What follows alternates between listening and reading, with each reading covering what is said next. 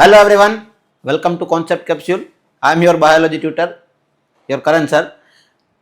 अगले लेक्चर में हमने न्यूट्रिशन अच्छे से क्लियर कर लिया है और इस लेक्चर में शुरू करने जा रहे हैं अपना रेस्पिरेशन। तो रेस्पिरेशन के लिए ब्रीफ हमें है कि रेस्पिरेशन, अब जो ऑफलाइन क्लासेस वाले बच्चे हैं उनको तो पता ही है कि रेस्पिरेशन और ब्रीथिंग में डिफरेंस वो अच्छे से जान चुके हैं। कुछ बच्चों ने स्टडी में भी अपने पढ़ चुका होगा, ये चैप्टर जो है ज़्यादातर बच्चों के कवर हो चुके होंगे। अगर नहीं हुआ है तो ये रिवीजन टॉपिक के तौर पे मत लेना, ये पूरा लाइन टू लाइन जो है यहाँ पे फॉलो करते जाना। जितने भी डाउट है वो अपने कमेंट सेक्शन में, जैसे प्रीवियस वीडियो में आपने लगाए थे वैसे ही लगाना है। तो हम शुरू करेंगे रेस्पिरेशन से। रेस्पिरेशन एक ऐसी चीज़ है जिनके अंदर क्या हो रहा है कि ऐसी प्रोसेस चल रही है, प्रोसेस के थ्रू हम एनर्जी रिलीज करवाने वाले हैं। इतना एक बेसिक कॉन्सेप्ट पता होना चाहिए कि रेस्पिरेशन जब भी दिमाग में आए तब भी एक ही लाइट वहाँ पे जलनी चाहिए कि रेस्पिरेशन के थ्रू क्या करने वाला है। तो कोई भी एक अपने पास मोलेक्यूल है, वो मोलेक्यूल के थ्रू हम उसमें से एनर्जी रिलीज करवाने वाले हैं। और एनर्जी रिलीज करवाने के लिए हमें ज़रूरत पड़ेगी कुछ बायोमोलेक्यूल्स की। तो सबसे पहले ब्रीफ में हमने बायोमोलेक्यूल्स की कुछ बात की हुई है पहले, वो बायोमोलेक्यूल्स को वापस से थोड़ा बहुत डिस्कस करवा देता हूँ कि कौन से मेजर मोलेक्यूल होते हैं वहाँ पे। तो अपने पास एक आ जाएगा ग्लूकोज, कभी अपने पास प्रेजेंट रहते हैं वहाँ पे प्रोटीन्स, और कभी प्रेजेंट रहता है लिपिड्स, कभी कभी आप इन्हें फैट्स भी बोलते हैं। इनकी जरूरत पड़ेगी बेसिक में वहां पे एनर्जी रिलीज करवाने के लिए, लेकिन सबका एक कॉमन फॉर्मूला कहां से होता हुआ जाएगा, तो ग्लूकोज से होता हुआ जाएगा। मतलब कि ग्लूकोज का जो पाथवे होगा एनर्जी रिलीज करवाने का, उसी पाथवे में किसी ना किसी को, मतलब प्रोटीन या लिपिड को अगर एनर्जी प्रोड्यूस करनी है तो वो अपने आप से डायरेक्ट, उनका कोई अलग पाथवे नहीं चलेगा। जो ग्लूकोज का पाथवे है वही पाथवे में उनको कहीं ना कहीं से एंट्री लेनी पड़ेगी। वो एंट्री ले लेंगे, वहां से भी एनर्जी रिलीज होगी। एनर्जी किस फॉर्म में रिलीज होगी, ये 9th स्टैंडर्ड से हम पढ़ते आ रहे हैं कि अपना जो माइटोकॉन्ड्रिया है वो ये प्रोसेस चलाने वाला है बेस तौर पे। उनके अंदर से एटीपी के फॉर्म में रिलीज होती जाएगी एनर्जी। एटीपी क्या है वो अभी आगे की एक बार पूछूंगा, हमने ऑलरेडी पढ़ा हुआ भी है कि एटीपी का फुल फॉर्म क्या है। ATP is the energy currency of the cell. बस इतना दिमाग में रख के शुरू करो कि क्या है प्रोसेस। तो the process is of releasing energy from food. और फूड में क्या क्या होना चाहिए, ग्लूकोज, प्रोटीन, लिपिड, फैट्स। ये तीन चीजें मेजर है वो अपने फूड के अंदर होनी चाहिए। तो फूड ऐसा कंज्यूम करो जो हमें न्यूट्रिशन में वो दीदी सिखा रही थी, वैसे फूड कंज्यूम करना है। लेकिन इनके अंदर रेस्पिरेशन और ब्रीथिंग के जो टॉपिक है, मतलब हमें पहले वही कॉन्सेप्ट क्लियर करना था कि रेस्पिरेशन और ब्रीथिंग में मेजर डिफरेंसेस कौन से हैं। आज तक हमें ऐसा ही सीखा हुआ है वहां पे कि रेस्पिरेशन का मतलब सीधा ब्रीथिंग ही होता था। अब ब्रीथिंग नहीं है। ब्रीथिंग का मतलब सीधा इतना है कि भाई बाहर एटमोस्फियर में जो ऑक्सीजन है उसे अंदर लेना है, अंदर जो कार्बन डाइऑक्साइड प्रोड्यूस हुआ है उसे बाहर निकाल देना। तो इतनी प्रोसेस करते ही अपनी ब्रीथिंग की प्रोसेस खत्म हो गई। लेकिन ऑक्सीजन जो अंदर गया है वो अंदर जाके कहाँ कौन से सेल्स के अंदर कौन सी प्रोसेस परफॉर्म कर रहा है, उनके लिए जरूरत पड़ेगी हमें रेस्पिरेशन समझने की। तो it is the process of break down. मतलब क्या करना है, तो तोड़ना ही है भाई। यहाँ पे पूरा कबाड़ी वाले आ जाएंगे ये कि इनकी जो ऑर्गेनल्स है, जिस ऑर्गेनल्स में ये रेस्पिरेशन होता है, पूरा कबाड़ी वाले जैसा काम करे कि तोड़ मरोड़ी करना है इनको। किसको तोड़ना पड़ेगा, तो बेस हमें ग्लूकोज का ही पता लगाना, क्योंकि 10th स्टैंडर्ड में हम लिपिड या तो प्रोटीन के ऊपर से कभी एनर्जी रिलीज करवाने वाले नहीं है। हायर स्टडीज में आपको प्रोटीन और लिपिड से भी किस तरह से एनर्जी रिलीज करवाई जाती है वो सिखाया जाता है। लेकिन सबसे ज्यादा हाई अमाउंट में अगर कोई एनर्जी रिलीज करता है तो वो ग्लूकोज है। और किस तरह से ग्लूकोज रिलीज करेगा एनर्जी, वो प्रोसेस हम जैसे जैसे रेस्पिरेशन आगे डिटेल में लेते जाएंगे, पढ़ते जाएंगे। लेकिन एक बेसिक कॉन्सेप्ट ये है, बेसिक फंडा ये है कि भाई ब्रेक डाउन करना पड़ेगा ग्लूकोज का। अगर ग्लूकोज का ब्रेक डाउन हुआ तो जाहिर सी बात है क्या प्रोड्यूस होगी, एनर्जी। मतलब एनर्जी का डायरेक्ट रिलेशन बन रहा है किसके साथ, रेस्पिरेशन के साथ। अगर वहीं ब्रीथिंग के ऊपर इसका ही कोई डिफरेंस लगाने जैसा पॉइंट देखे तो बोल रहे हैं कि process of inhaling and exhaling. ये आपने आज तक सुना हुआ था, इनहेल करो एक्सहेल करो। बाबा रामदेव पूरा वो तो गोला निकाल देते थे। वहां पर क्या हो रहा है, तो जो उनकी स्पीड है कि वहां पे वो इनहेल करते हैं, एक्सहेल करते हैं। मतलब हमने वो प्रोसेस सीधा दिमाग में ये आ जाता है। कोई बोलता है कि इनहेलिंग मतलब कि वहां दिख रहा है कि अनुलोम विलोम ये सारे चल रहे हैं अपने, तो उनके अंदर जो योग है वहां हमने अच्छे से ये पढ़े हुए हैं। बाकी नॉर्मली भी हम करते ही, ऐसा जरूरी नहीं है कि हमें वहां एग्जाम्पल ढूंढने जाने की जरूरत है। कौन सी प्रोसेस है, तो इनहेलिंग की और एक्सहेलिंग की। इनहेलिंग मतलब कि entry of oxygen into our lungs. Exhaling मतलब कि exit of carbon dioxide from our lungs. तो ये प्रोसेस जो है हम वहां पे डिटेल के अंदर भी देखेंगे कि कौन सा डिटेलिंग पाथवे है उनका, कि किस पाथवे के थ्रू वो बाहर जाते हैं, किस पाथवे के थ्रू कोई चीज अंदर आती है। ये प्रोसेस हम पढ़ेंगे कहाँ पे, तो ब्रीथिंग के ट्रांसपोर्टेशन में। या तो ब्रीथिंग की प्रोसेस जो चल रही है वो ब्रीथिंग का पूरा एक पाथवे है अपने पास आगे आ रहा है। सेकंड पॉइंट आएगा कि कहाँ प्लेस करेगा ये, मतलब परफॉर्म कहाँ करेगा, तो सेल्स के अंदर परफॉर्म करता है। Cell is the basic unit of life, cell is the fundamental unit of life. ऐसे कुछ बात है आपने 9th स्टैंडर्ड से सुनते आ रहे हैं, कुछ मेरे से सुनते आ रहे हैं, कुछ अपने टीचर्स जो भी थे वहां से सुनते आ रहे हैं, लेकिन हमें पता है कि सेल्स के अंदर बहुत सारी ऑर्गेनल्स है। और ये सेल्स, कैसा सेल्स की बात कर रहा हूँ, जो डेवलप्ड है, या तो प्रोकैरियोट है या तो यूकैरियोट है, उनकी बात करनी है कि वहां पे माइटोकॉन्ड्रिया जैसी एक ऑर्गेनल है और वो ऑर्गेनल के अंदर क्या चलने वाली है, तो रेस्पिरेशन की प्रोसेस चलेगी। मतलब कि वहां पे ये कबाड़ी वाला आएगा जो क्या करेगा, तो ग्लूकोज को तोड़ेगा। मतलब कहीं पे भी ग्लूकोज अपनी बॉडी में फॉर्म हो रहा है, हमें वहां से ट्रैवल करवा के सीधा कहां भेज देना है, माइटोकॉन्ड्रिया के अंदर। अगर माइटोकॉन्ड्रिया में गया तो वहां उसे तोड़ा जाएगा, तोड़ के उसके अंदर से एनर्जी रिलीज होगी। सिमिलर पॉइंट अगर ब्रीथिंग में देखें तो वो कहाँ होगा, तो ब्रीथिंग की प्रोसेस लंग्स के थ्रू हो रही है, लेकिन पूरा रेस्पिरेटरी डक्ट या तो रेस्पिरेटरी पाथवे वहां पे काम में आएगा। सिर्फ अकेला लंग्स वहां पे कुछ काम में आने वाला नहीं है। हमें जरूरत पड़ेगी किनकी, तो पूरे पाथवे में, मतलब नोस्ट्रिल से लेके हमें एल्वियोलाई तक जाना है। जो एल्वियोलाई कहाँ पे प्लेस्ड है, अपने लंग्स के अंदर। दूसरा दे रहे हैं वहां पे कि भाई कौन सी प्रोसेस है, तो ऐसी एक प्रोसेस के टाइप्स आते हैं, वॉलंटरी और इनवॉलंटरी, फिजिकल, केमिकल, बायोलॉजिकल। ये प्रोसेस से आप फेमिलियर हो कि जो भी हम एक्टिविटी कर रहे हैं कि ये मैंने ऊपर नीचे कर रहा हूँ तो ये फिजिकल एक्टिविटी कर रहे हैं, एक्सरसाइज करते हैं, रनिंग करते हैं, वॉकिंग करते हैं, ये सारी प्रोसेस क्या है, तो फिजिकल प्रोसेस है। केमिकल प्रोसेस कौन सी है, तो हमने नॉर्मल एग्जांपल्स देखे हुए कि मिल्क में से कर्ड कन्वर्ट होता है, मिल्क में से मिल्क कन्वर्ट होकर कर्ड में बनता है, कर्ड में बदल जाता है। वो प्रोसेस बेसिक चीज थी अपनी की, क्या था वहां पे केमिकल प्रोसेस चल रही थी। बहुत सारी केमिस्ट्री आपने पढ़ी हुई है, लेकिन इनके अंदर जो बायोलॉजिकल प्रोसेस है, वो बायोलॉजिकल प्रोसेस के अंदर दो अलग अलग टाइप की प्रोसेस हमें देखने को मिलेगी। कौन सी है वहां पे, तो एक मिलेगी वॉलंटरी, एक मिलेगी इनवॉलंटरी। वॉलंटरी प्रोसेस और इनवॉलंटरी प्रोसेस में डिफरेंस क्या रहेगा मेजर, तो वॉलंटरी का प्रोसेस का मतलब है कि जो अपने कंट्रोल में है, कि कंट्रोल्ड है,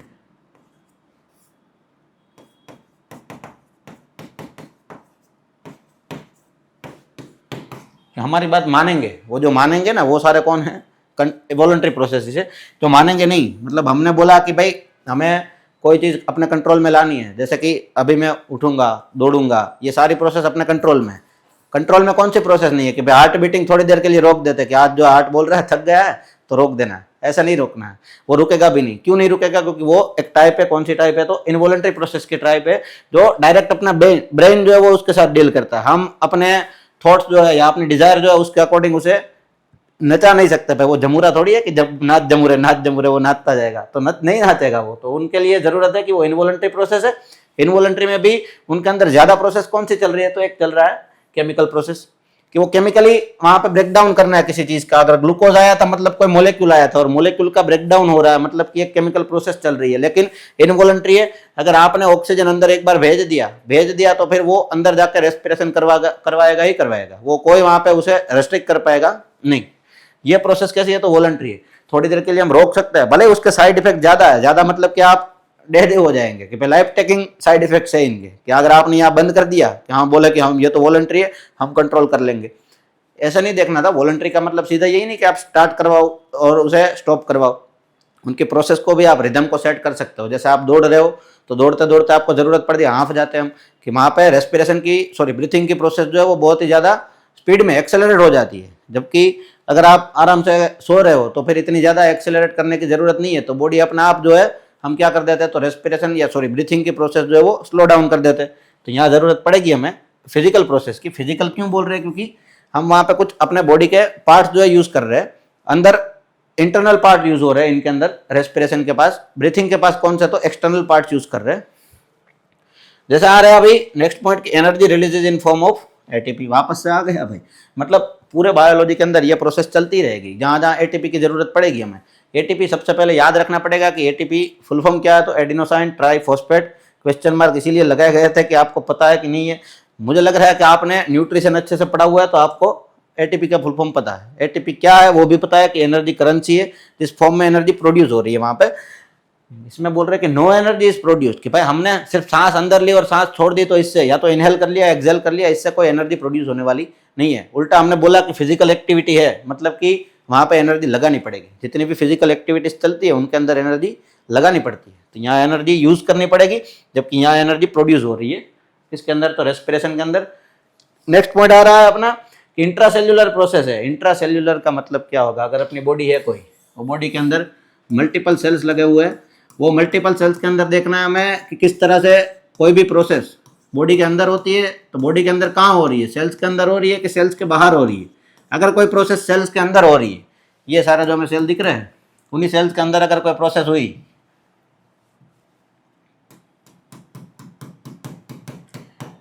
तो processes which occurs inside the cell are known as intracellular processes.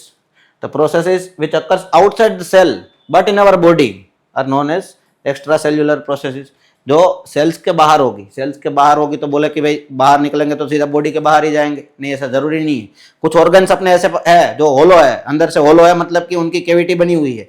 जैसे लंग है अपना, तो लंग की वॉल के ऊपर क्या लगे हुए हैं, सेल्स लगे हुए हैं, लेकिन उनके अंदर अंदर कैविटी रखी हुई है, किसके लिए, तो अपनी एयर अंदर भरने के लिए। तो यहाँ ब्रीथिंग की प्रोसेस जो वो कैसी एक्स्ट्रा सेल्यूलर प्रोसेस है कि वो सीधी लंग के ऑर्गन में हो रही है, कि लंग ऑर्गन में, वो कोई सेल के थ्रू होने नहीं जाना है। यहाँ नोस्ट्रिल्स की जरूरत है, नोस्ट्रिल्स में यहाँ से सीधी एयर अंदर जा रही है, तो किसी सेल्स की यहाँ पे बैरियर नहीं लगी कि उसको क्रॉस करके हमें आगे जाना है। तो वो प्रोसेस करवाने के लिए हमें इंट्रासेल्यूलर जगह की जरूरत नहीं है, हमें स्पेस चाहिए, कौन सी, तो एक्स्ट्रा सेल्यूलर। इनके अंदर जरूरी है, क्योंकि हमने पहले ही बोला था माइटोकॉन्ड्रिया, और माइटोकॉन्ड्रिया कहाँ पे होता है, तो सेल के अंदर होता है, मतलब जाहिर सी बात थी इंट्रासेल्यूलर प्रोसेस है। देखो डिफरेंस बहुत बार पूछा गया है, अभी जो है बहुत इजी क्वेश्चन के तौर पे आ जाता है, तो कभी पेपर टफ निकलता है, तो उनके अंदर ऐसे क्वेश्चन आपको कभी देखने को मिलेंगे नहीं। अगर मिल रहे हैं तो ये 2 मार्क्स के अंदर में क्वेश्चन देखने को मिलेगा कि difference between respiration and breathing. सीधा सीधा लिख देना है सबसे पहले प्रोसेस की डेफिनेशन, कि रेस्पिरेशन क्या होता है, ब्रीथिंग क्या होता है। अगर दोनों हो जाए तो उसके बाद उनकी साइट देनी है कि कौन सी साइट पे ये हो रहा है, माइटोकॉन्ड्रिया या ये हो रहा है रेस्पिरेटरी डक्ट पे। अगर देखने जाए तो उनकी टाइप्स कौन से है, तो टाइप्स आ रहे हैं एक के वॉलंटरी, एक के इनवॉलंटरी।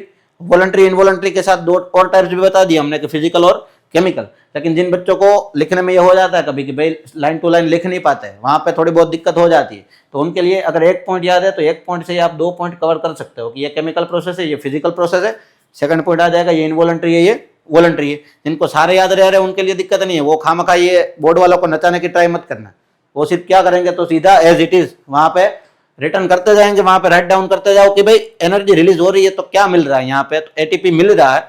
यहाँ नो एनर्जी इज प्रोड्यूस, या तो लिख सकते हैं कि भाई एटीपी इज यूज्ड, यहाँ एटीपी यूज करने पड़ते हैं, वहां एटीपी रिमूव होता है। अपना लास्ट पॉइंट आ रहा था वहां पे इंट्रासेल्यूलर है, अगर इसे साइट के साथ भी लिखना चाहो तो भी दिक्कत नहीं है, अलग लिख सकते हो। 4 पॉइंट मिनिमम रिक्वायर्ड है, 5 लिखोगे तो वो ना नहीं बोलेंगे कि भाई 2 मार्क नहीं देंगे, आधा काट लेंगे, या 2 से ज्यादा भी नहीं मिलने वाले, तो 4 लिखो, मिनिमम 4 की जरूरत है।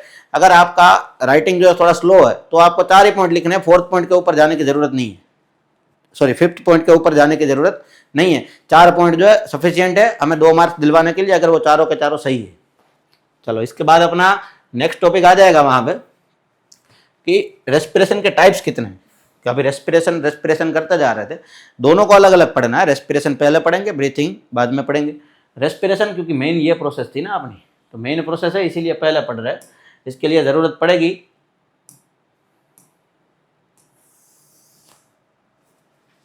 समझने की कि रेस्पिरेशन के टाइप्स कितने हैं। तो टाइप्स आ रहे हैं 2, एरोबिक और एनारोबिक।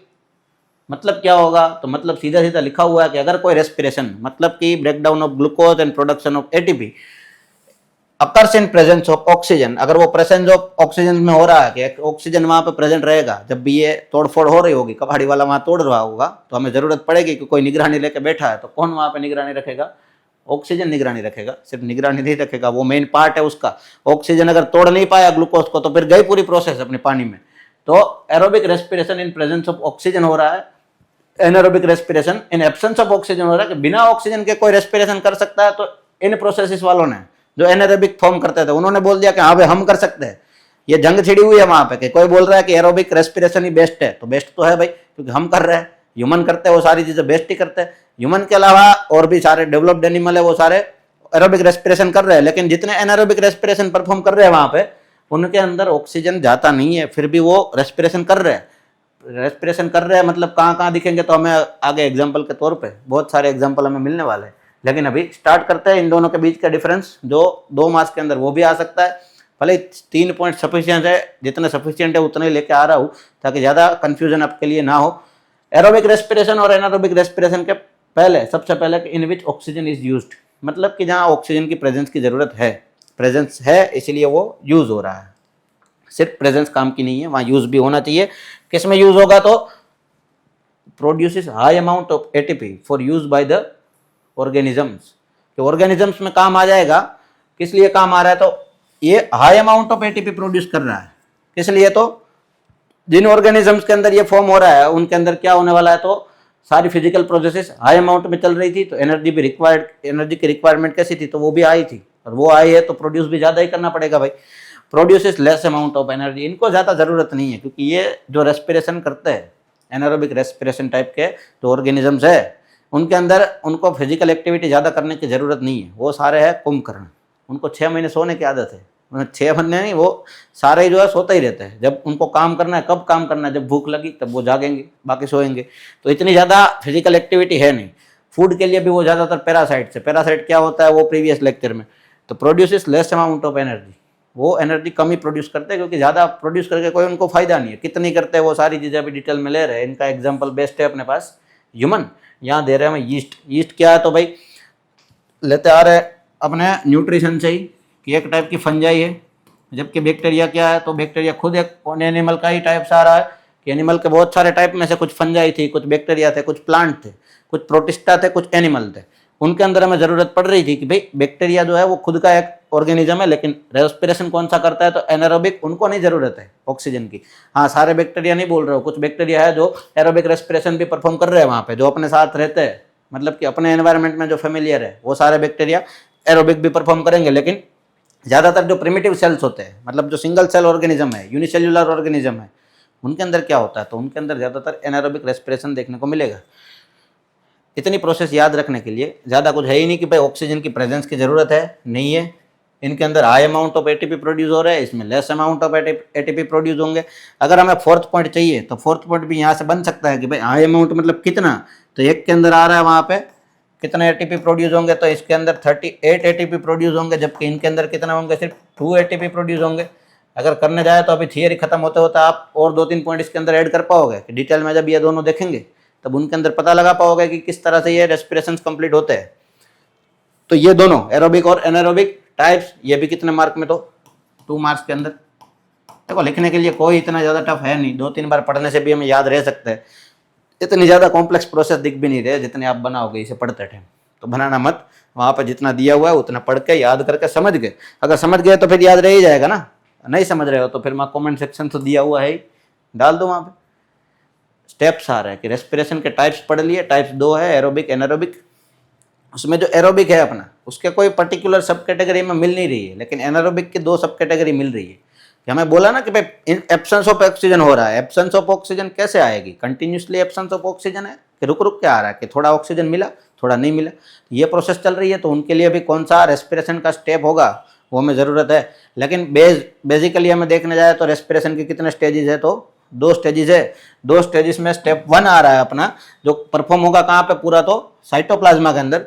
साइटोप्लाज्मा हम जानते हैं सेल के अंदर जितना भी डेंस फ्लूइड हमें दिख रहा है, अगर हम न्यूट्रिशन के लिए वहाँ जो यूज़ करते थे सेल, वही सेल के हमने स्ट्रक्चर अगर पढ़े हुए, वो स्ट्रक्चर में हमने अगर कहीं पर देखा हुआ था कि प्रोसेस के अंदर अगर पढ़ा था कि सेल के अंदर जो न्यूक्लियस और साइटोप्लाज्मा दोनों मेन ऑर्गेनल्स की तरह प्रेजेंट है, दूसरी अपनी बॉर्डर को बोलते हैं प्लाज्मा मेम्ब्रेन। तो न्यूक्लियस एंड प्लाज्मा मेम्ब्रेन के बीच में जो फ्लूइड प्रेजेंट है उसी को क्या बोलेंगे, साइटोप्लाज्मा। जहाँ पे क्या हो रहा है, अपना स्टेप 1 परफॉर्म हो रहा है। स्टेप 1 के अंदर करना क्या है, पहले प्रोसेस पता होनी चाहिए कि किसका हमें ब्रेक डाउन करना है, तो ग्लूकोज का ब्रेक डाउन करना है। ग्लूकोज का ब्रेक डाउन करने के लिए स्टेप 1 दे रहे हैं, स्टेप 1 होगा साइटोप्लाज्मा में। अगर साइटोप्लाज्मा में ग्लूकोज पहुंच गया और उसका ब्रेक डाउन हुआ तो वो कन्वर्ट होगा किसमें, तो पाइरूवेट के अंदर। अभी बैलेंस करवाना सिखाऊंगा मैं यहाँ पे कि बैलेंस किस तरह से कर लेंगे इक्वेशन को। अभी सिर्फ देखते जाओ, ग्लूकोज अगर कन्वर्ट हो गया पाइरूवेट में तो फिर पाइरूवेट वहाँ साइटोप्लाज्मा में कभी रुकेगा नहीं, वो अपनी जगह ढूंढ लेगा कि उसे कहाँ आगे डिवाइड होने के लिए जाना है, क्योंकि अभी तक पाइरूवेट के साथ एनर्जी रिलीज हुई है। ये एनर्जी कितनी होती है, तो ये सिर्फ 2 एटीपीज होते हैं। सिर्फ कितने एटीपी मिले, 2 एटीपी।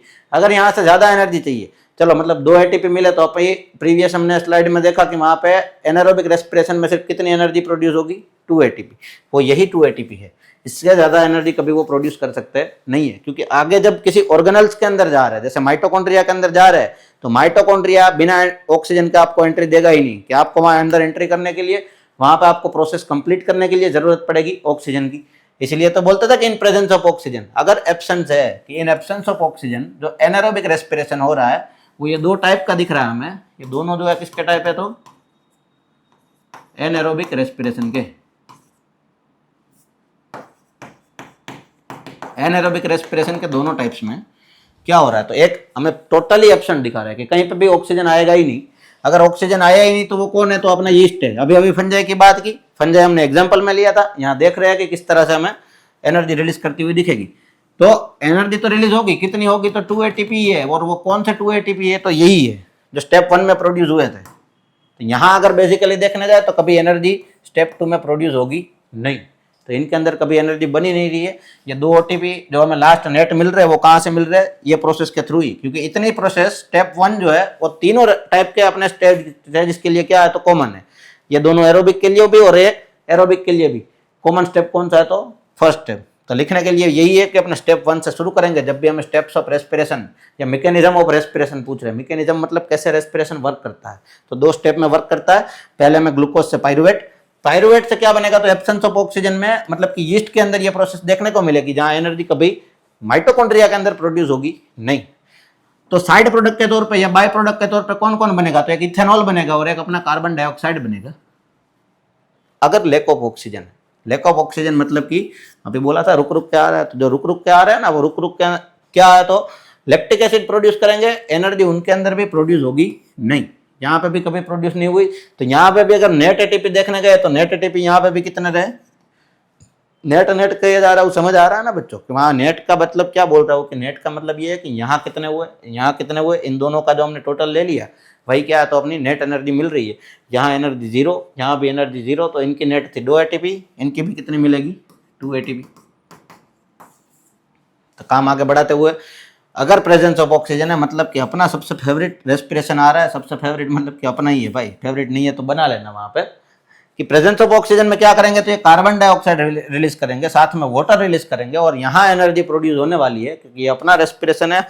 हमें यहाँ बोलने के लिए भी एनर्जी की जरूरत पड़ रही है, तो हमें अभी भी प्रोसेस चली रही है रेस्पिरेशन की। तो यहाँ 2 ATP थे, इनके अंदर कितने ATP प्रोड्यूस होते हैं, तो 36 ATP प्रोड्यूस होते हैं, जो कि प्रोसेस कहाँ चलती है, तो अपने माइटोकॉन्ड्रिया के अंदर टेक्स प्लेस करेगी।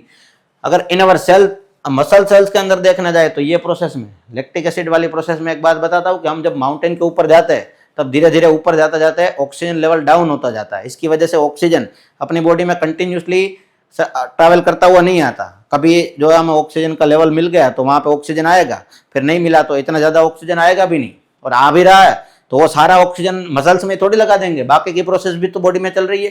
तो इनसफिशिएंट ऑक्सीजन की वजह से या लैक ऑफ ऑक्सीजन की वजह से लैक्टिक एसिड बनना शुरू हो गया था। जबकि अपने मसल सेल्स में अगर हमें एनर्जी की जरूरत है तो एनर्जी कितनी चाहिए, 36 ATP। जब आपको 36 ATP चाहिए तो आपको प्रेजेंस ऑफ ऑक्सीजन चाहिए। अगर प्रेजेंस ऑफ ऑक्सीजन है तो वो CO2 बनाते हैं और वाटर बनाते हैं, वो कभी लैक्टिक एसिड बनाएंगे। CO2 बना तो वो CO2 बॉडी के बाहर एक्सहेलेशन के थ्रू, एक्सपिरेशन के थ्रू रिलीज हो सकता है, वाटर अपने यूरिन के थ्रू एक्सक्रीट हो सकता है, ATP हम यूज कर सकते हैं। लेकिन जब लैक्टिक एसिड फॉर्म हो जाता है तो वो कहीं से बॉडी में बाहर निकलता नहीं है। इसीलिए वो अपने जो लेग्स होते हैं वो लेग्स के ऊपर, यहाँ लेग ऊपर नहीं चढ़ा सकता ना, इसलिए हाथ में बता रहा हूँ कि ये लेग के अंदर जो मसल्स होते हैं वो मसल्स के अंदर क्या हो जाएगी, तो छोटी छोटी ग्लोब्यूल्स बन जाएगी, किसकी, तो लैक्टिक एसिड की। इसकी वजह से आएंगे हमें क्रैम्प्स।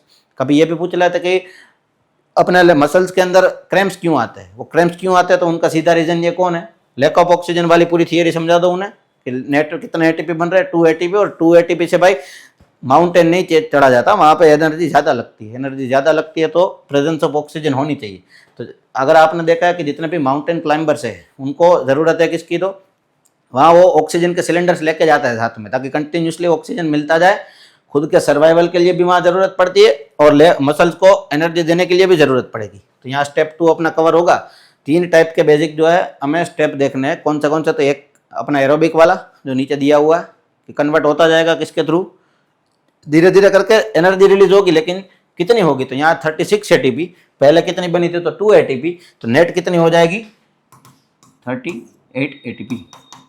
इसीलिए बोला था हमने कि एरोबिक रेस्पिरेशन में नेट एनर्जी प्रोड्यूस कितनी होती है, तो 38 ATP प्रोड्यूस होती है। हाँ, अगर आगे हम डिटेल में देखेंगे तब ये कैसे यूज होती है, डिटेल में मतलब कि हायर स्टडीज में, जहाँ कैसे इस 38 ATP को खर्च किया जाता है, कैसे इससे स्पेंड किया जाता है, वो भी उनके अंदर हमें पढ़ा देते हैं। अभी जरूरत थी सिर्फ ये बेस लेने की, सबसे पहले ये दिमाग में क्लियर हो। अभी बैलेंस करना सिखा देता हूँ कि ग्लूकोज का मोलेक्यूल कितने कार्बन लेके बैठा है, तो 6 कार्बन लेके बैठा है। हमें बोल रहे हैं कि जो वो पायरुवेट में कन्वर्ट हो रहे हैं, पायरुवेट का फॉर्मूला याद नहीं रखना है, ग्लूकोज का आपको याद है कौन सा है, तो C6H12 और O6, 3 भाई मिलके, तीनों भाई कितने कितने आए, तो एक कार्बन आया, कार्बन 6 कार्बन लेके आया, हाइड्रोजन कितना है तो 12 के 12 भाई आ गए, ऑक्सीजन में 6 के 6 आ गए, इतने मिलके 6 कार्बन कंपाउंड एक ग्लूकोज बनाया हुआ है, उस वो कन्वर्ट होगा साइटोप्लाज्मा के अंदर किसमें, तो पायरुवेट में। पायरुवेट में कन्वर्ट होने की प्रोसेस स्टेप 1 थी अपना रेस्पिरेशन का, पायरुवेट में कन्वर्ट हुआ। पायरुवेट के अंदर 3 कार्बन होते हैं, लेकिन अपने पास 6 कार्बन वाला मोलेक्यूल है, उसको अगर हम 3 कार्बन वाले में कन्वर्ट करेंगे तो 3 कार्बन वाले कितने मोलेक्यूल बनेंगे, तो कितने बनेंगे, 2 मोलेक्यूल बनेंगे। तो ये 2 पायरुवेट के मोलेक्यूल, 2 पायरुवेट के मोलेक्यूल अगर ये 3 तरीके से अलग अलग डिवाइड हुए, मतलब कि इनको अगर ऑक्सीजन नहीं मिला तो ये क्या बनाएंगे, इथेनॉल बनाएंगे। इथेनॉल आप केमिस्ट्री के अंदर जब ऑर्गेनिक केमिस्ट्री अगर चल गई है तो वो आपको पता होगा कि इथेनॉल क्या है, अगर नहीं चली है तो वहां आपको आएगा कि 2 कार्बन वाला एक अल्कोहल है, इसलिए बोल रहे हैं कि 2 कार्बन मोलेक्यूल, फॉर्मूला हो जाएगा C2H5OH, मतलब जहां जहां OH आता है वो सारे अल्कोहल ड्रिंक तो इनके अंदर है कि ये प्रोड्यूस हो रहा है अपनी बॉडी में। हाँ, लेकिन अपनी बॉडी में होगा किसके अंदर हो रहा है, यीस्ट के अंदर।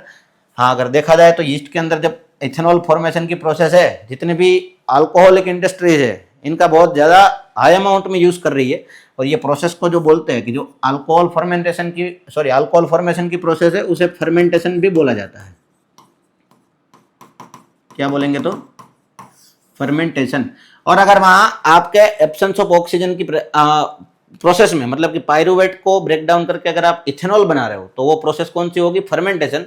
आपने बनाया क्या, तो अल्कोहल बनाया, इसीलिए इस फर्मेंटेशन को बोलते हैं अल्कोहलिक फर्मेंटेशन। अगर वहां पे लैक ऑफ ऑक्सीजन है तो आपने क्या प्रोड्यूस किया था, लैक्टिक एसिड, तो ये भी प्रोसेस फर्मेंटेशन की है। फर्मेंटेशन मतलब एब्सेंस ऑफ ऑक्सीजन ही है या तो लैक ऑफ ऑक्सीजन है, तो इस टाइप के फर्मेंटेशन को हम वहां पे बोलेंगे लैक्टिक एसिड फर्मेंटेशन। देखो, डिटेलिंग करने के लिए याद रखना जरूरी है हमें कि 2 टाइप के फर्मेंटेशन चलते हैं। कौन से फर्मेंटेशन है, जितने भी अपने CBSE बोर्ड वाले बच्चे हैं वीडियो देख रहे हैं उनको खास ध्यान होना चाहिए कि ये दोनों चीज़ें अपने PYQs में है कि अल्कोहलिक फर्मेंटेशन एक्सप्लेन करो, तो ये प्रोसेस ही थी, लेकिन बच्चे समझ नहीं पाया कि वहाँ अल्कोहलिक फर्मेंटेशन का मतलब क्या था। अल्कोहलिक फर्मेंटेशन का मतलब ये है कि जो फर्मेंटेशन मतलब कि एब्सेंस ऑफ ऑक्सीजन में जो रेस्पिरेशन चल रहा है, मतलब कि एरोबिक रेस्पिरेशन, उनके अंदर अगर एथेनॉल प्रोड्यूस हुआ, मतलब कि अल्कोहल प्रोड्यूस हुआ, तो वो अल्कोहलिक फर्मेंटेशन है। अगर उनके अंदर क्या प्रोड्यूस हुआ, लैक्टिक एसिड फॉर्म हुआ, तो वो क्या है, लैक्टिक एसिड फर्मेंटेशन है। अगर ये दोनों, या सिर्फ पूछ ले कि फर्मेंटेशन की प्रोसेस एक्सप्लेन करो, तो दोनों लिख देनी है वहाँ पे, किसके अंदर हो रही है, कैसे प्रोसेस हो रही है, कितने कितने ATP रिलीज हो रहे हैं, ये सारी चीज़ें एक्सप्लेन करनी होती है। तो ज़्यादातर आप चार्ट करके, पूरा चार्ट कंप्लीट करके वहाँ पे थियरीज पूरी सारी जो है वो क्लियर कर सकते हो। लिखना अपनी लैंग्वेज में होता है, अपनी लैंग्वेज में मतलब कोई गाली गलौज नहीं करना होता भाई वहाँ पे। अपनी लैंग्वेज में मतलब कि उनको रटने की जरूरत नहीं है। अगर आप प्रोसेस स्टेप बाय स्टेप जा रहे हो तो लिखते जाओ। यहाँ ग्लूकोज लिखा है तो लिखो कि ग्लूकोज ब्रेक डाउन होने के लिए पहुंच चुका है कहाँ पे, तो सेल के अंदर प्रोसेस स्टार्ट कर सकते हैं इस तरह से। तो ये प्रोसेस के अंदर पहले हमने इक्वेशन सेट की कि इनके अंदर कितने कार्बन दिख रहे थे, 2 कार्बन, और इनके अंदर कितने कार्बन है, कार्बन डाइऑक्साइड का फॉर्मूला पता है, कार्बन कितने दिख रहे हैं, 1, मतलब 3 कार्बन का जो है अपना सेटलमेंट हो चुका है। यहाँ पे अपने पास कितने हैं, तो 2 मोलेक्यूल है ऐसे, तो इथेनॉल भी कितने प्रोड्यूस होंगे, तो 2 प्रोड्यूस होंगे। कार्बन डाइऑक्साइड भी कितने प्रोड्यूस होंगे, 2 प्रोड्यूस होंगे। अगर यहाँ कार्बन काउंट करने जाए तो कितने हो रहे हैं, 2 2 जा 4 और 2 1 जा 2, मतलब 4 और 2 6 टोटल इस तरफ कार्बन दिख रहे हैं। यहाँ के कितने कार्बन थे, तो टोटल अगर देखने जाए तो 2 3 जा 6 कार्बन थे। दोनों तरफ जो है बैलेंस हो रही है इक्वेशन। नीचे वाला स्टेज में बैलेंस करके देखते हैं कि लैक्टिक एसिड में कितने कार्बन होते हैं, तो 3 कार्बन मोलेक्यूल लैक्टिक एसिड है। लैक्टिक एसिड के अंदर 3 कार्बन देखने को मिलेंगे अगर उनका फॉर्मूला देखने गए तो। हमें अभी यहाँ पे जरूरत है नहीं, लेकिन लैक्टिक एसिड के भी कितने बनेंगे, तो 2 मोलेक्यूल बनेंगे, क्योंकि यहाँ 2 3 कार्बन वाले मोलेक्यूल थे, तो यहाँ भी 2 3 कार्बन वाले मोलेक्यूल बनेंगे। सामने ATP कुछ बन नहीं रहा, नेट ये वाला ही है। अगर प्रेजेंस ऑफ ऑक्सीजन है तो यहाँ पे क्या फॉर्म हो रहा है, CO2 फॉर्म हो रहा है। कार्बन कितने, तो 1, यहाँ कितने कार्बन थे, तो 6 कार्बन थे। बाकी एनर्जी रिलीज हो गई। वाटर के अंदर हमें कभी कार्बन दिखने को मिलता नहीं है, तो कार्बन डाइऑक्साइड एक ही यहाँ से कार्बन रिलीज करवा रहा है, तो यहाँ टोटल 6 कार्बन थे, तो यहाँ CO2 भी कितने रिलीज होंगे, 6 रिलीज होंगे। बाकी सामने ATP रिलीज होती जा रही है। इस तरह से हम प्रोसेस को बैलेंस कर देंगे। प्रोसेस का थोड़ा इक्वेशन जो हमने बैलेंस करने का देखा है ना, वो थोड़ा बार बार स्टडी कर लेना वहाँ पे। ये तीनों स्टेज अगर समझ नहीं आ रहे तो वहाँ पे कमेंट सेक्शन में हमें ऐड कर दो वहाँ पे कि कौन सी चीज़ें आपको समझ नहीं आ रही। लेकिन ज़्यादातर अब मैंने मानता हूँ कि भाई अगर ये 2-3 बार देख लोगे तो ये समझ आ जाएगी। वहाँ पे पूरी प्रोसेस देख लो। अगर आपने जो लिखा हुआ है स्क्रीनशॉट लेना है तो स्क्रीनशॉट ले लो। बाकी प्रोसेस आगे बढ़ाते हुए अगर स्टेजेस हमें समझ आ गई तो इनके बाद भी पढ़ ली, तो ये सारी चीज़ें करते गए ना वहाँ पे धीरे धीरे। इसीलिए अब आ गई कौन सी, तो method of exchange of gases. कि एक्सचेंज ऑफ गैसेस करने के लिए जरूरत पड़ेगी किसकी, तो 4 अलग अलग टाइप की अपने है कि वहां पे या तो डिफ्यूजन के थ्रू करवाओ, दूसरी आ रही है गिल्स के थ्रू। गिल्स में यानी कि शुभ नहीं है भाई, वो कौन सा गिल है, तो गिल्स जो कि फिश के अंदर प्रेजेंट होती है। आप पहले से पढ़ते आ रहे हैं, फिश के कैरेक्टर तो पढ़े होंगे, जिन्हें नहीं पढ़ी है उनके अंदर याद रखो कि जैसे अपने अंदर लंग्स होते हैं वैसे फिश के अंदर क्या रहेगी, गिल्स रहेगी, जो एंट्री एग्जिट करवाने के लिए, गैस की एंट्री एग्जिट करवानी है, एक्सचेंज ही तो करवाना है। दूसरा आएगा, थर्ड आएगा स्पाइरेकल्स एंड ट्रेकिया। स्पाइरेकल्स या ट्रेकिया वो स्ट्रक्चर हमें देखने को मिलेंगे कुछ एक्वेटिक एनिमल्स में, कुछ इंसेक्ट्स के अंदर, जहाँ पे मेजर जो है वो ट्रेकिया के थ्रू, मतलब लंग जैसा स्ट्रक्चर नहीं है, सिर्फ ट्यूब जैसा स्ट्रक्चर है। ट्यूब अंदर जाती है, बाहर आती है, बाहर किसे लेके आएगी तो CO2 को लेके आएगी, अंदर ऑक्सीजन लेके जाएंगे। अपने पास लंग्स है, लेकिन सिर्फ लंग्स नहीं है, अपने पास पूरा एक रेस्पिरेटरी सिस्टम है, रेस्पिरेटरी ट्रैक्ट है। ट्रैक्ट नोस्ट्रिल से शुरू होता है। लंग्स के अंदर भी बहुत सारे डिफरेंट स्ट्रक्चर्स है, और वो स्ट्रक्चर्स में जाके वहाँ पे एल्वियोलाई के अंदर वो खत्म होगा। यहाँ प्रोसेस की जरूरत है हमें। सबसे पहले शुरू करेंगे डिफ्यूजन से। डिफ्यूजन का सीधा मतलब ये है कि कोई भी gas higher concentration to lower concentration travelling कर रहा है, higher concentration to lower concentration travel कर रहा है, इसीलिए इस प्रोसेस को डिफ्यूजन बोला जाता है। कि डिफ्यूजन में क्या होगा, तो कोई चीज़ हायर टू लोअर जाएगी, किसी भी मीडियम में बात हो। यहाँ पे हम सिर्फ कौन से मीडियम की बात करने वाले हैं, तो गैसियस मीडियम की। कोई गैस एनवायरनमेंट में हायर अमाउंट में, वही गैस अपनी बॉडी में लोअर अमाउंट में, तो वो higher amount to lower amount travel करेगा। बस सीधी बात है कि डिफ्यूजन करेंगे।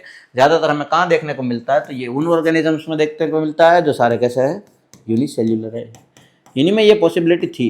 अपने अंदर देखना जाए भाई 10 ट्रिलियन सेल्स है, ह्यूमन बॉडी में कितने सेल है, 10 ट्रिलियन। हर एक का डिफ्यूजन करना नेक्स्ट टू इम्पॉसिबल है, वो हो ही नहीं सकता भाई। हर एक जो है एक साथ अगर डिफ्यूजन करने बैठे, कितना ऑक्सीजन किसे चाहिए होगा, तो वो जरूरत नहीं थी 1 बाय 1 एक एक का डिफ्यूजन करने की। यहाँ 1 ही है, इसीलिए 1 बाय 1 की प्रोसेस की जरूरत ही नहीं है। तो यूनिसेल्युलर में ये चल सकता है। अपने पास एक एग्जाम्पल दिया हुआ है प्रीवियस चैप्टर में, हमने अच्छे से उसका न्यूट्रिशन भी पढ़ा हुआ है। कौन है, तो अमीबा। अमीबा यूनिसेल्युलर ऑर्गेनिज्म, उनके अंदर जरूरत पड़ रही है हमें डिफ्यूजन समझने की। तो अगर यहाँ देखने जाए, इधर समझ सकते हैं कि भाई अगर यहाँ पे ऑक्सीजन के कंसेंट्रेशन की बात करूँ, तो ये पूरा व्हाइट जो स्ट्रक्चर हमें दिख रहा है वो एटमॉस्फेयर है, जिसके अंदर ये अमीबा जो है रह रहा है। ऑक्सीजन का कंसेंट्रेशन बाहर की ओर, मतलब कि एनवायरनमेंट की ओर कैसा है, तो हायर है। जबकि अगर यहाँ देखा जाए तो ऑक्सीजन का कंसेंट्रेशन बहुत ही ज़्यादा लो है। मतलब वो जो ब्रिज हमें चाहिए था वो ब्रिज सेट हो गया हायर टू लोअर, तो ऑक्सीजन सीधे ट्रैवल करके कहाँ जाना शुरू करेगा, अंदर की ओर जाना शुरू करेगा। कब तक जाता रहेगा, जब तक दोनों के बैलेंस नहीं हो जाता। बैलेंस मतलब कि यहाँ क्या देखना होता है, तो ऑक्सीजन का प्रेशर देखना होता है एक्चुअल में। अगर बाहर देखने जाओ तो बाहर ऑक्सीजन के मोलिक्यूल इतने ज़्यादा है, इतने कभी एक अमीबा के अंदर, जो कि एक छोटी सी चीज़ है, छोटा सा ऑर्गेनिज्म है, उनके अंदर कभी इतने सारे ऑक्सीजन के मोलिक्यूल आ नहीं सकते।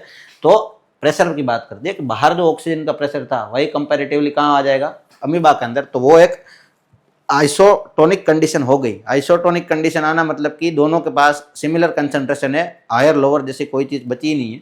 तो वहाँ तक क्या होगा, प्रोसेस चल रही है अपनी डिफ्यूजन की। डिफ्यूजन को ही हम एक और वर्ड देते थे वहाँ पे, ऑस्मोसिस।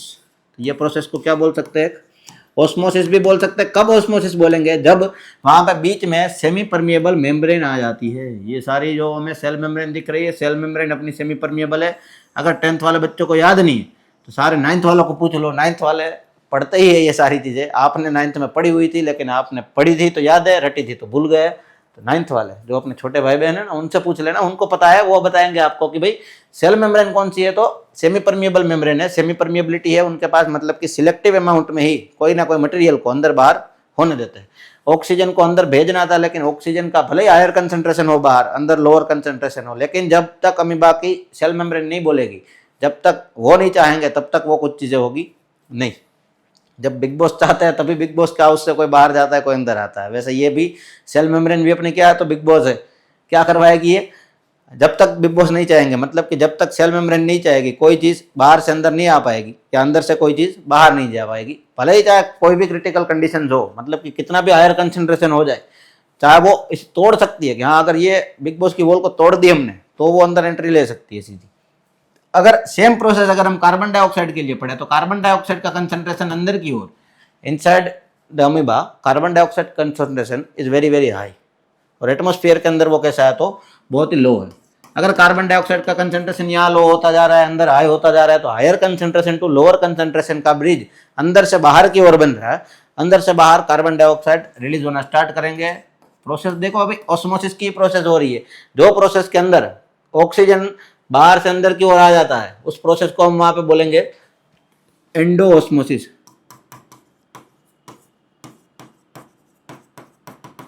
क्यों एंडो? क्योंकि वो एनवायरमेंट से कहाँ जा रहा है, बाहर की ओर निकल रहा है। अगर कोई प्रोसेस में हमें दिख रहा है वहां पे कि भाई CO2 जो है, CO2 धीरे धीरे करके कहां से जा रहा है, अंदर की ओर से बाहर की ओर जा रहा है, तो प्रोसेस आ जाएगी एक्सोऑस्मोसिस।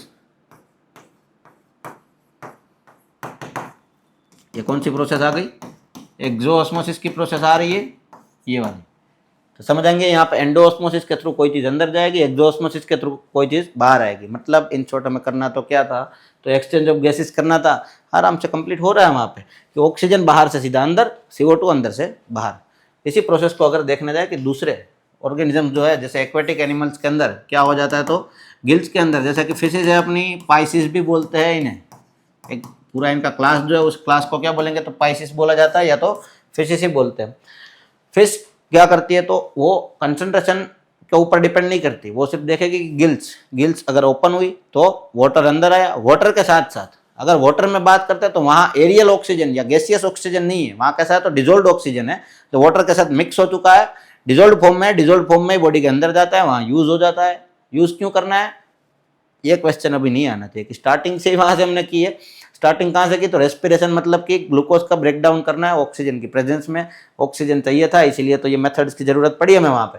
तो फिशेस के अंदर देखने गए तो यहाँ पे गिल्स, ये स्ट्रक्चर में यहाँ पे दिखा रहा हूँ, स्ट्रक्चर में ये गिल्स आ रही है इधर, ये ओपन गिल्स दिख रही है कुछ।